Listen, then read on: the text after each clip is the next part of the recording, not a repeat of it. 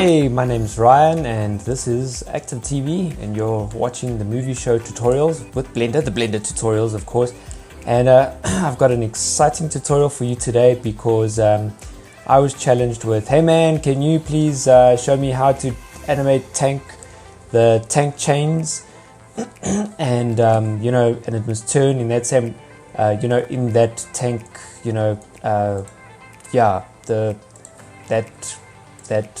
yes, like that. All right, and so I did that in the tutorial last week. But there's always space for improvement, and so what I did is, well, first of all, I created this much better looking chain. There can be like a million times better improvement always. So what I'm doing here is I'm not showing you how you must do this. I'm building something quite simple, and then I'm adding the animation. It's about the animation. I'm adding the animation onto it, and then you can then take that and apply it to your beautifully proper tank chains and your tank model and all of that stuff. So the question was that if I have wheels, how then do I do it that the wheels are going to turn as well? And in our next tutorial, we won't cover it in this one, I'm going to show you that okay, hang on. Let me just quickly show you the dilemma, right? Let's see if I still got last week's tutorial. Let's quickly have a look. No, I don't think I have last week's tutorial, guys. Was it Untitled? Yes. Well, okay, no, it wasn't. That was part of this week's one. Yeah, I don't think I have that one anymore. Yeah, no, I don't think so. But hey, so what the dilemma was that with my last tutorial, all right, cool, you had this thing going like this. But let's say you were like, okay, the tank turns, and there you go. Now what happens? Your chain, everything just goes crazy like this. All right, that was the first problem. The second problem was that now I want wheels on it. Okay, so how do I now make the wheels move with the curve? All right, and I'm going to show you all of this. Plus, on top of that, like I said, next week what we're going to cover. So I'm going to cover it that you're going to be able to rotate this guy, and it's going to work beautifully. And then next week I'm going to cover that once you so you're going to have two of these groups, because you're going to have your left side and your right side. And then on top of that, when you turn the tank, the wheels also, because with the tank, when it turns because the left side pulls backwards and the front side pulls forward. All right, notice that they rotate in opposite direction, and then it turns the tank. And when those wheels switch the other way around, it'll rotate the other. We're going to have that all automated for you, wonderfully and beautifully, in my short, quickly tank wheels series. Yes, it's the tank wheel series. All right, so let's get this cracking. Right, so I've got these wonderful wheels. Wait, first of all, can we just talk about my design here? So how did I do it? All right, now last week we already covered the thing of these two guys. If you're new to this video right here, you need to go to my previous tutorial to check how I did all of this. But basically, to keep it short, yeah, there it is. That's basically what I modeled. And so when you add it on, it does that. Then you put it in the curve, and then that's what you do. All right, pretty simple. You can get a bit more creative. And like I said, I'm just showing you the animation. This tutorial is about the animation and the rigging, not about modeling. Okay, we already did some modeling, so go watch that. So I found quite an interesting method of doing this, because there's actually quite a few tank methods of doing this. I found one guy specifically, and he was brilliant. This guy right over here. All right, I would go check out his tutorial if you don't want to wait until next week. Otherwise, just check out my next video. His tutorial is 15 minutes, but he goes really quick through this for intermediate and guys who've been using this program for a long time. Shoot over, but if you're a beginner, here we go. That's why the series is called Blender Beginners. Okay, so first of all, the thing that we're going to be using are constraints. All right, this over here. And what I'm going to do is I'm going to use a constraint called transformation constraint. Now what this does is it's going to map whatever one object is doing, and it's going to map the movement of that object to a animation or movement of the other object, right? You can choose between location, rotation, or scale. So, and where we're going to map this to is we are going to map this. Oh, it's my constraint. Okay, so I'm going to create a empty sphere. Did you know you can create an empty sphere? I found out. So I'm going to create the empty sphere, and we're going to map it that when I rotate this guy, that everything over here is going to rotate as well. Right, so let's start off with the chain. So I've already got that on the chain. I'm going to name my sphere. I'm going to call it sphere, because right now it's just called empty. Then I'm going to select my chains. I'm going to select in this transformation on my chain, the transformation constraint. I'm going to select my target. I'm going to call it sphere. Make sure you select the right one. If you're not really sure, you can just click this guy over here and you can see it helps you out, and then there you go. Okay, then I'm going to click this extra, that one, click it. Okay. Target constraint world space, my owner, I need to move to local space. And that's one of the things that I thought of. I was like, if I'm going to rotate this thing and movement, that means whatever relationships the two objects have, I need to make sure that it stays in local space so that the relationship stays true. So now I'm going to map from, and map from it's mapping from your target source.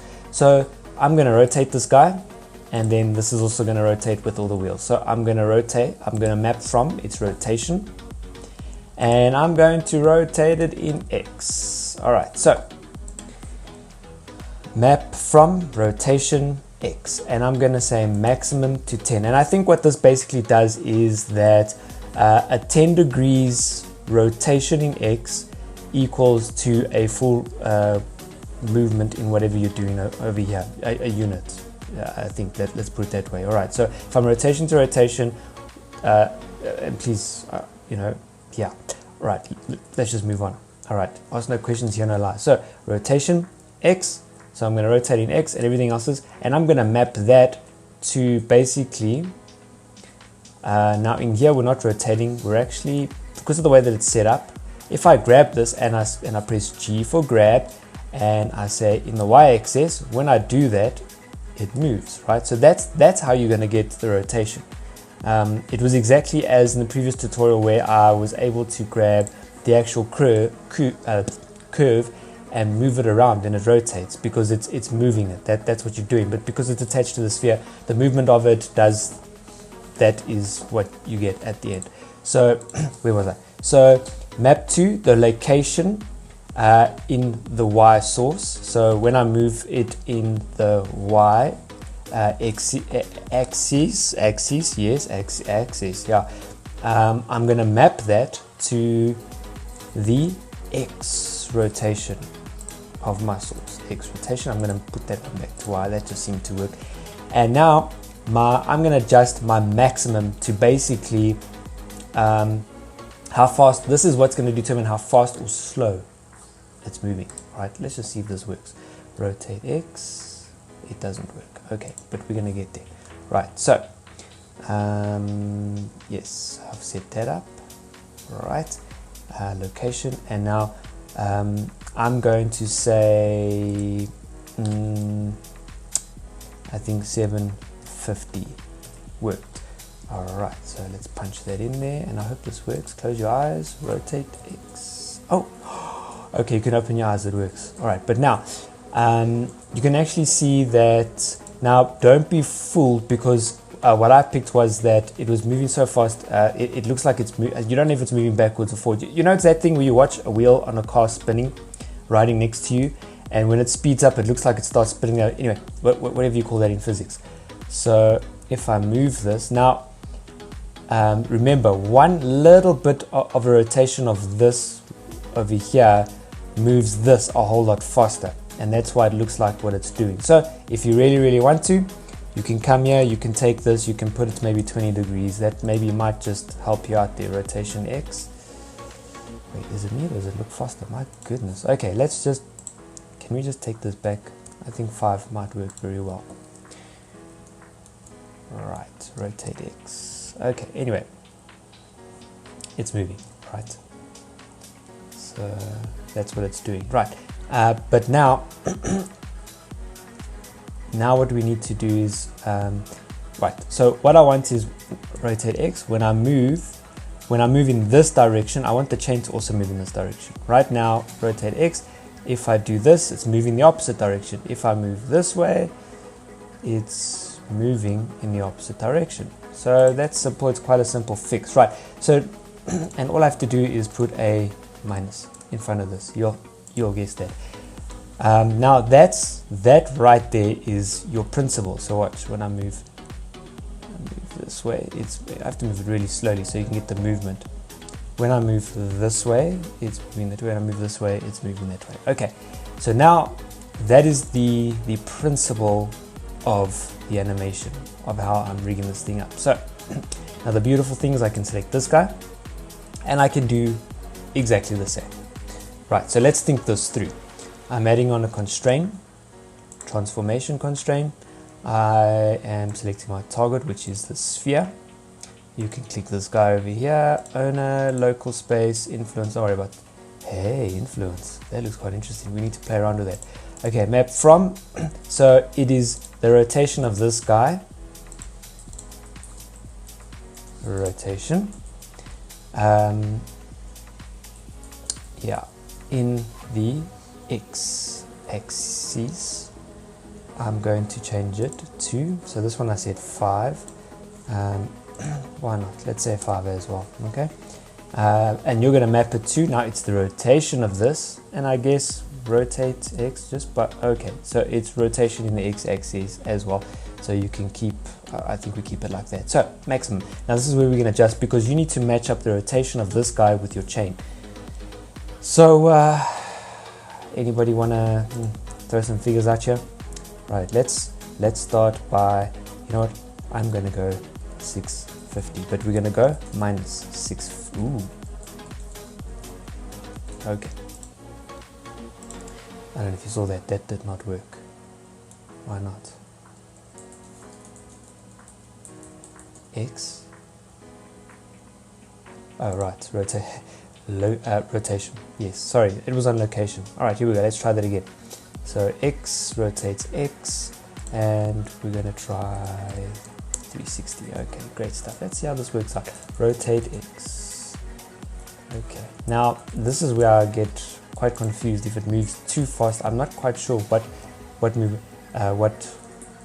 direction it's rotating in. So I'm going to zoom a bit more out because I can, the swing like this is a lot slower than the swing like this. So rotate X.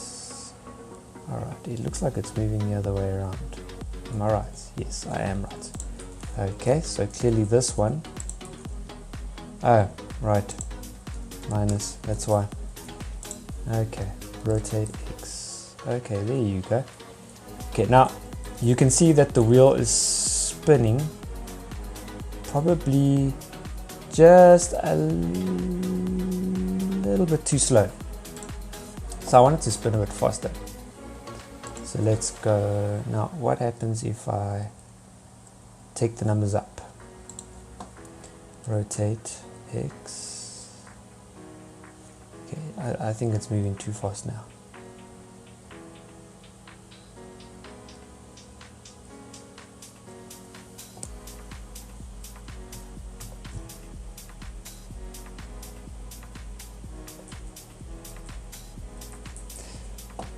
Really is hard to tell here.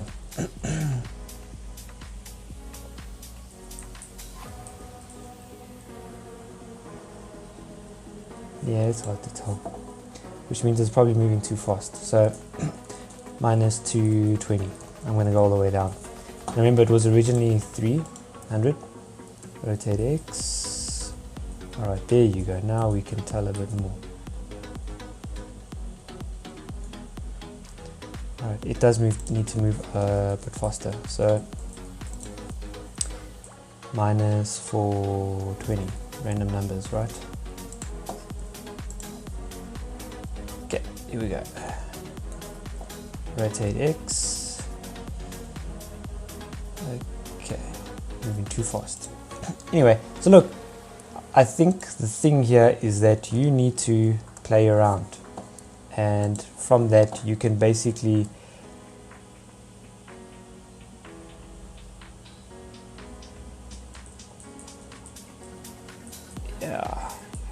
you sort of work out your numbers, right?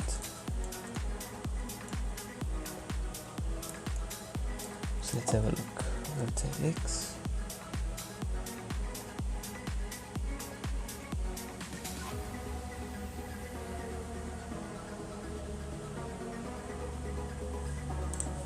I really feel like it's moving too fast. Can we do... I suppose there's a part where we need to say, why don't you just go to your tutorial and just have a look. Okay, there you go. Can you see it's moving a bit slower, but my track wheels are moving too fast. I just want to give something else a try here. So if I bring this guy up, does it enable me to... Yeah, there you go. Ah, look at that, that helps. Okay, so because I made my chain move slower by bringing up in the constraint that to 15 degrees.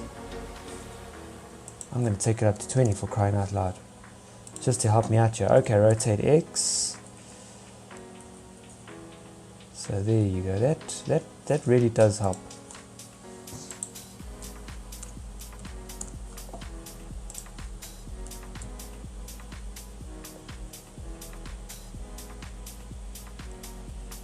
All right.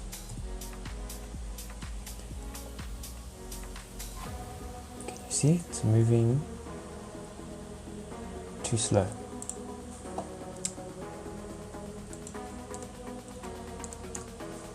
Alright, let's give that a try now. Rotate X. Alright, we're getting there.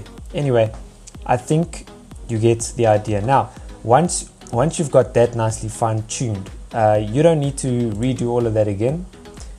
So this is the neat trick, is that I can copy the constraints to this guy over here. And all I need to do is select this guy, select this guy, first select this guy, then shift select this one. All right, you can see this one's more highly, this is the active, even though I've got multiple objects selected, this is the active object. And I go object, I go constraints, and I say copy constraints. Ooh, 2 selected objects. Yeah, that's it. All right, so which means that now rotate X. All right, and there you go. Okay, and now they are both done. Now, what was the thing that you were talking about, Ryan, whereby I can, move my object around? Well, what you need to do is that you need to parent all of these objects to your curve. All right, and we're going to continue this in our next tutorial after I do this, because then we get to now movement around, etc, etc, etc, because remember, this moves because of this guy's rotation. So in the future tutorials, what we're going to be able to do is now, exactly like we've placed a constraint, right, mapping different rotation or location values changing to another object's rotation or location values to change. There's a relationship between those two. So I'm gonna, here in my collection, I mean, how do you select your curve last when it's hidden in there somewhere?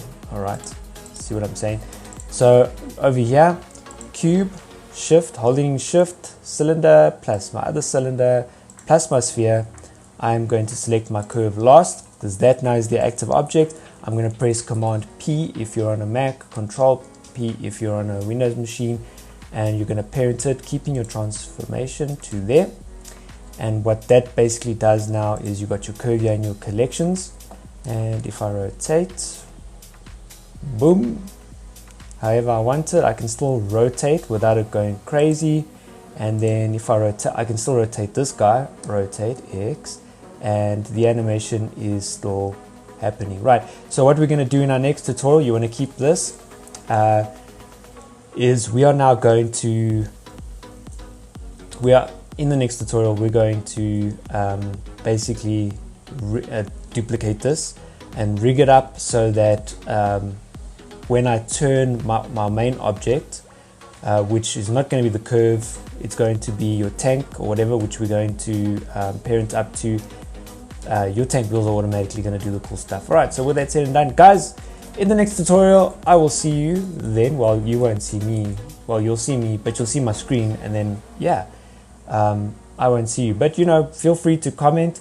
Give me a thumbs up. Give me a thumbs down. I don't care. Tell me what I can improve. And don't forget to subscribe to this channel, because let's say you're in March 2021, the 19th of March, or, you know, yeah, if you're around that time, and you find that there's not another tank tutorial, that's probably because I haven't recorded it yet. And so what you want to do is that you want to get a notification when I do release another tutorial, and all you can do is subscribe on our YouTube channel or subscribe on all other channels like Rumble. This is also on Rumble, and then you'll get notifications whenever we release new tutorials. All right, because go check out my other tutorials. I'm also, you know, going to be keep releasing other tutorials just to help you guys. I'm keeping it simple, I'm keeping it short, and yeah, so with that said and done, see you guys until next week. Cheers.